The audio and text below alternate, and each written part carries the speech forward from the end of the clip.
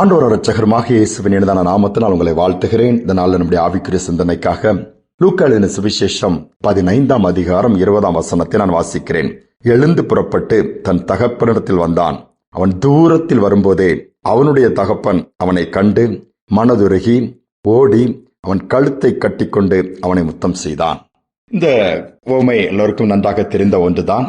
இயேசு பூமியில் இருந்த நாட்களிலே ஒரு தகப்பனை குறித்து 2 பிள்ளைகள் இருக்கிறதை குறித்து சொல்லுகிறார். அதுல இளைய குமாரன் தன் இஷ்டப்படியே சொத்தை எல்லாவற்றையும் பிரித்து வாங்கி கொண்டு விட்டு தூரமாய் போகிறான். சோரம் போய் விடுகிறான், எல்லாவற்றையும் அழித்து விடுகிறான். பின்பு பன்றி தின்கிற தவிடு கூட அவன் கிடைக்காத நிலைமை வரும்பொழுது தான் புத்தி தெளிகிறது. தகப்பன் வீட்டை நினைத்து பார்க்கிறான். தகப்பன் வீட்டில் எவ்வளவோ ஆசீர்வாதம் உண்டு, வேலை செய்கிற வேலைக்காரர்கள் கூட எவ்வளவு நேர்த்தியான ஆகாரம் உண்டு, நானும் பன்றி தின்கிற தவிடு கூட எனக்கு கிடைக்கலையேன்னு சொல்லி ஃபீல் பண்ணி திரும்பி எழுந்து தகப்பட்ட போகிறான். அவன் வரும்பொழுது அவனுடைய நிலைமை எப்படி இருக்குன்னு பாருங்களேன். பரிதாபமான ஒரு நிலைமை, பன்றிகளோடு வாழ்கிற நிலைமை. அவன் ட்ரெஸ் எப்படி இருக்கும், அவன் தலை எப்படி இருக்கும், அவன் குளித்து எத்தனையோ நாட்கள் இருக்கும், அவனுடைய உருவமே மாறி போயிருக்கும். ஆனால் தகப்பன் அந்த மகனை தூரத்திலே பார்க்கிறான், ஓடி போகிறான், மனதுருகி அவனை கட்டி அணைத்து முத்தமிட்டு சேர்த்துக் கொள்கிறான். இதுதான் தகப்பனின் அன்பு. ஃபாதர்ஸ் டேன்னு சொல்லி உலகம் எங்கும் கொண்டாடலாம். அநேக பிள்ளைகள் ஐ லவ் யூ டேடின்னு சொல்லி கூட அன்பை வெளிப்படுத்தலாம். It's okay. ஆனால் ஆக்ஷன்ல இருக்கிற உண்மையான அன்பு, இன்னைக்குள்ள பிள்ளைகள் தகப்பனை எப்படி நேசிக்கிறாங்க, தகப்பனுடைய போதகத்தை தள்ளாம கேட்கிறாங்களா? ரொம்ப ரேர் தான். அதெல்லாம் பார்க்க முடியல. தகப்பன் பிள்ளைகளை சிக்ஷிக்க முடியுதா, அல்லது சில தகப்பன் தான் பிள்ளைகளுக்கு முன்மாதிரியா இருக்கிறாங்களா? பல கேள்விகள் தொடரும். நான் வேதத்தின் அடிப்படையில் பார்க்கும் பொழுது இந்த தகப்பனை பாருங்க. அந்த இளைய மகன் சொத்தை பிரிச்சு கேட்கும்போது வேண்டாப்பாங்கும்போது, இப்போலாம் நீ சின்ன பையப்பா, கொஞ்சம் வெயிட் பண்ணா எல்லாம் உங்களுக்கு தான் சொல்லும்போது இல்லை, பிடிவாதம் பண்ணுகிறான், கீழ்ப்படியவில்லை. ஆனால் 2 பிள்ளைகளுக்குமே பிரித்து கொடுத்து விடுகிறான். எல்லாவற்றையும் அழித்து திரும்ப வரும்பொழுது கூட அந்த தகப்பன், நீ தான் எல்லாம் கொடுத்துட்டப்பா, நீ எதுக்குப்பா வரன்னு துரத்தி விடவில்லை. மூத்த மகன் கூட ஏற்றுக்கொள்ளவில்லை. தகப்பனோ எல்லாவற்றையும் மீண்டுமாய் கொடுக்கிறான். தகப்பட்ட என்ன இருந்திருக்கிறோம், 2 பிள்ளைக்கு பிரிச்சு கொடுத்தாச்சு, ஆனாலும் திரும்பவும் மோதிரம் போடுகிறான், நல்ல வஸ்திரம், குளிப்பாட்டி அவனை நல்லா இது பண்ணி நல்ல ஆகாரத்தை ஏற்படுத்தி ஒரு பெரிய ஒரு சந்தோஷமான ஒரு கொண்டாட்டம் அங்கு நடக்கிறது.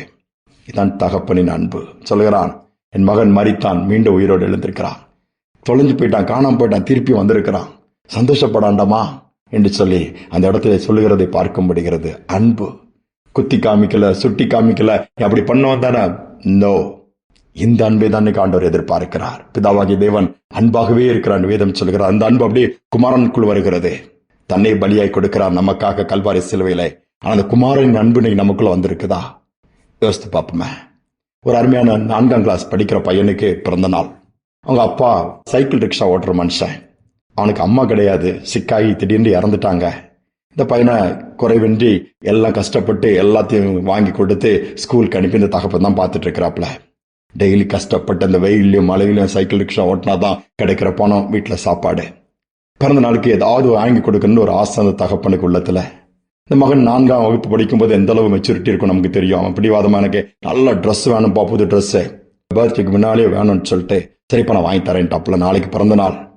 காலையில் ஸ்கூலுக்கு போகும்போது சொல்லிட்டு போறான், டேடி மறந்துடாதங்க, கண்டிப்பா எனக்கு பிறந்த நாளுக்கு ட்ரெஸ்ஸோட தான் நீங்க வரணும் சாயங்காலம். கண்டிப்பா நான் சாயங்காலம் வரேன். எப்பவுமே சாயங்காலம் ஸ்கூல் விட்டு வந்து கொஞ்ச நேரத்தில் அவர் வந்துருவாரு. ஏன்னா அந்த பையனை பார்க்கணுமே. ஆனா வந்திருக்கும் போது அன்னைக்கு அந்த டைம் ஆச்சு, தகப்பன் வரல. வீட்டு வாசல் நின்று பார்க்கறான், வரல. 1 மணி நேரம் ஆயிடுச்சு, திருப்பி வரல. அந்த தெரு ஓரத்துக்கு வந்துட்டான், திருப்பியும் வரல. ரோட்டு ஓரத்துக்கு வந்துட்டான். டென்ஷன் ஆகுது, இந்த டேடி என்னை ஏமாத்திட்டாங்க, எனக்கு ட்ரெஸ் எடுத்துட்டு வரேன்னு சொல்லிட்டு வராமனைக்கு எங்கோ போயிட்டாங்க, என்ன செஞ்சு சொல்லிட்டு கோபத்துல அவன் முகம்லாம் பயங்கர டென்ஷன்ல இருக்குது. அப்ப என்ன செய்யறது தெரியல, அப்படியே நின்றுட்டு இருக்கிறான். ஒரு அங்கிள் அந்த வழியா வராங்க. ஏடா நீங்க இங்க நிக்கிறா? எங்க டேடிக்காச்சு காத்துட்டு இருக்கிறேன், எங்க டேடி ட்ரெஸ் எடுத்தாரு, நாங்க ஏமாத்திட்டாங்க, அவங்க வரல, டைமுக்கு வந்திருக்காண்டா, நான் எவ்வளவு நேரம் இந்த ரோட்ல நின்றுட்டு இருக்குது, அவங்க இப்படிதான் பண்ணுவாங்க, அப்படி இப்படி ரொம்ப அப்படியே கொட்டுறான். மனதுல இருந்து எல்லா காரியத்தையும் கொட்டி பேசுறான். அந்த அங்கிள் அவனை தட்டி கொடுத்துட்டு, தம்பி கோவப்படாத, டென்ஷன் ஆகாத, உங்க டேடியை பற்றி உனக்கு தெரியல, அவருக்கு நான் பார்த்தேன், வர வழியில் தான் பார்த்தேன், என்னென்ன இப்பதான் வர்றாரு, என்னாச்சுன்னா காலையிலேருந்து சைக்கிள் ரிக்ஷா ஓட்டி கிடைச்ச பணத்தில் அவனுக்கு ஒரு பேண்ட் எடுத்துட்டாரு. சட்டை எடுக்க காசு இல்லை, எப்படி எடுக்கன்னா வண்டியும் ஓடல. என்ன பண்ணுனா தன்னுடைய பிளட்டை கொடுத்து அதில் கிடைக்கிற காசை வச்சுட்டு, இப்போ நான் என் பையனுக்கு ஒரு சட்டை எடுக்க போறேன்ட்டு இப்போ போயிட்டு இருக்கிறாரு, கொஞ்ச நேரத்தில் வந்துடுவாரு, நீ வீட்டில் போயிருமா அப்படின்னு சொல்லி அவர் சொல்லிட்டு போயிருந்தாரு.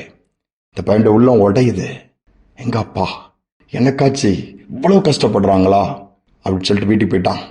வந்த உடனே அவன் கோபம்லாம் மறைஞ்சிடுச்சுது. அப்பா அந்த ஓடி அந்த ட்ரெஸ்ஸை கொடுத்தது, ட்ரெஸ் ஒரு பக்கம் வாங்கி வச்சுட்டு அப்பா கட்டி பிடிச்சி முத்தம் கொடுக்குறான். கொடுத்துட்டு, சாரிடா லேட் ஆயிடுச்சுப்பா, இல்லை டேடி ஒன்றும் இல்லைன்னு சொல்லி அந்த சட்டையை எடுத்து காமிச்சானா, டேடி இந்த பேண்ட் நீங்க உழைச்சதுனால, இந்த சட்டை உங்க ரத்தத்தினால வந்திருக்குது. இது சட்டை இல்ல, உங்க பிளட். அந்த அன்புக்கு நான் என்ன செய்வேன் டாடி? இனி ஃபியூச்சர்ல நான் அப்படி பிடிவாதம் படிக்க மாட்டேன். எதனாலும் நான் சமாளிச்சுக்குவேன், இருக்கிற ட்ரெஸ்ஸை போட்டு. சாரி, என்ன மன்னிச்சிருங்கன்றதும் அந்த தகப்பனுடைய கண்களும் கண்ணீர் வருது. இல்ல மகனே, இதுல என்ன இருக்குது? இன்னைக்கு ட்ரெஸ் உனக்கு வாங்கி கொடுத்தல எனக்கும் ரொம்ப சந்தோஷம். நாளைக்கு சந்தோஷமா பிறந்த நாளை கொண்டாடலாம், தைரியமாரு சொல்லி தட்டி கொடுத்தாராம். தகப்பனின் அன்பு யோசித்து பாருங்களா. இன்னைக்கு நம்முடைய வாழ்க்கை சற்று யோசித்து பார்ப்போம். அன்பற்ற உலகத்துல வாழ்ந்துட்டு இருக்கிறோம். பெத்த பிள்ளைகள் பெத்தவங்களை இன்னைக்கு அநாத இல்லத்துல கொண்டு விட்டுறது. கேட்டா வசதி நிறைய இருக்குது, அங்க பணம் கட்டிருந்தேன், நல்லா பாத்துக்குவாங்க, ஏசி ரூம் கூட இருக்குன்னு சொல்றாங்க. இன்னைக்கு அப்படிதான் ஈஸியா பேசிட்டு தூக்கி போட்டு போயிருந்தாங்க. தோல்ல சுமந்ததெல்லாம் மறந்துடுதாங்க. கடைசி நாட்கள், அறிவு பெறுகிறோம், அன்பு குறைஞ்சு போயிடும். அதை தான் பார்க்கிறோம். இன்னைக்கு நாம ஆண்டவர் பக்கம் திரும்புவோம். பிள்ளைகளா இருந்தா நீங்க உங்க பெற்றோரை நேசிங்க. பெரியவங்களா இருந்தா உங்க பிள்ளைகளுக்கு முன்மாதிரியா இருங்க. இந்த ஃபாதர்ஸ் டே ஒரு மீனிங்ஃபுல்லா இருக்கட்டும். நம்முடைய தகப்பனாய் ஆண்டவரை நோக்கி பார்ப்போம், தியாகத்தை பார்ப்போம். அந்த அன்புக்கு ஈடு உலகத்துல எதுவுமே கிடையாது. நாம நேசிப்போம், தாழ்த்தி ஒப்பு கொடுப்போமா? அன்பின் தகப்பன், இந்த நாள் நம்முடைய சமூகத்தில் வந்திருக்கிறோம்ப்பா. கல்வாரி சிலுவையில நம்முடைய அன்பை வெளிப்படுத்துறதுக்காச்சு ரத்தத்தையே சிந்தினீங்கப்பா. கடைசி சொட்டு ரத்தத்தை சிந்தினீங்க, சகித்தீங்க, பாடுகளை ஏற்றுக்கொண்டீங்க. நாங்க அந்த சிலுவையில் இருக்க வேண்டிய இடத்துல நீங்க இருந்தீங்கப்பா. என் பிள்ளைகள் பாடுபடக்கூடாது, என் பிள்ளைகளுக்கு அந்த தண்டனையை நான் ஏற்றுக்கொள்கிறேன். என் பிள்ளைகள் மறுமையை விட்டுறக்கூடாது, அதுக்கு பாத்திரவான்களா மாறணும். பரலோகத்தை திறந்து பூலோகத்துல பிறந்து அர்ப்பணிச்சு அந்த அன்பை பார்க்கிறோம்ப்பா. இந்த நாளில் எங்களுக்கு அந்த அன்பு கீழாங்களை மீண்டுமா தாழ்த்தி ஒப்பு கொடுக்கிறோம். ஏற்றுக்கொள்ளுங்க. எந்த சூழ்நிலை நேசிக்க, உம்மை பற்றி கொள்ள நீங்க தான் எல்லாண்டு சார்ந்து கொள்ள எங்களுக்கு கிருபை தாங்க. இதை கேட்டுக்கொண்டிருக்க பிள்ளைகள் ஒரு அன்பற்ற நிலைமையில இருக்கலாம். பிள்ளைகள் பேச மாட்டேங்குது, யாரனை கவனிக்கலையே, அவர் அண்ணாத போலதான் நாங்க இருக்கிறோம், என் வாழ்க்கை எப்படி இருக்குதா, என்னதான் இருந்து என்னத்துக்கு புலம்புறானா. நம்முடைய அன்பு அந்த உள்ளங்களை நிரப்பட்டுப்பா, இல்லங்களை நிரப்பட்டோம். தைரியம் உண்டாக்கட்டும். வலதுகையை பிடிச்சி தைரியம் கொடுங்க, நடத்துங்க. இந்த நாள் ஒரு விசேஷமான நாளா இருக்கட்டும். தாழ்த்தி ஒப்பு கொடுக்கிறேன். துதிக்க நம்ம எல்லாம் உமக்கு செலுத்துகிறேன். இயேசுவின் நாமத்தில் பிதாவே, ஆமேன், ஆமேன். ஆண்டோட அன்பு பெருசு, அது அல்ல குறையாது. ருசிக்க தவிட்டாது. அதை சொல்ல சொல்ல விவரிக்க முடியாது. அந்த அன்பு நம்ம நேரம் ஜெபிப்போம். அந்த அன்பினால மற்றவர்களை நேசிப்போம். இந்த சிந்தனையோடு இந்த நாளை தொடருவோம். மீண்டுமாய் நாளை தினம் சந்திப்போம்.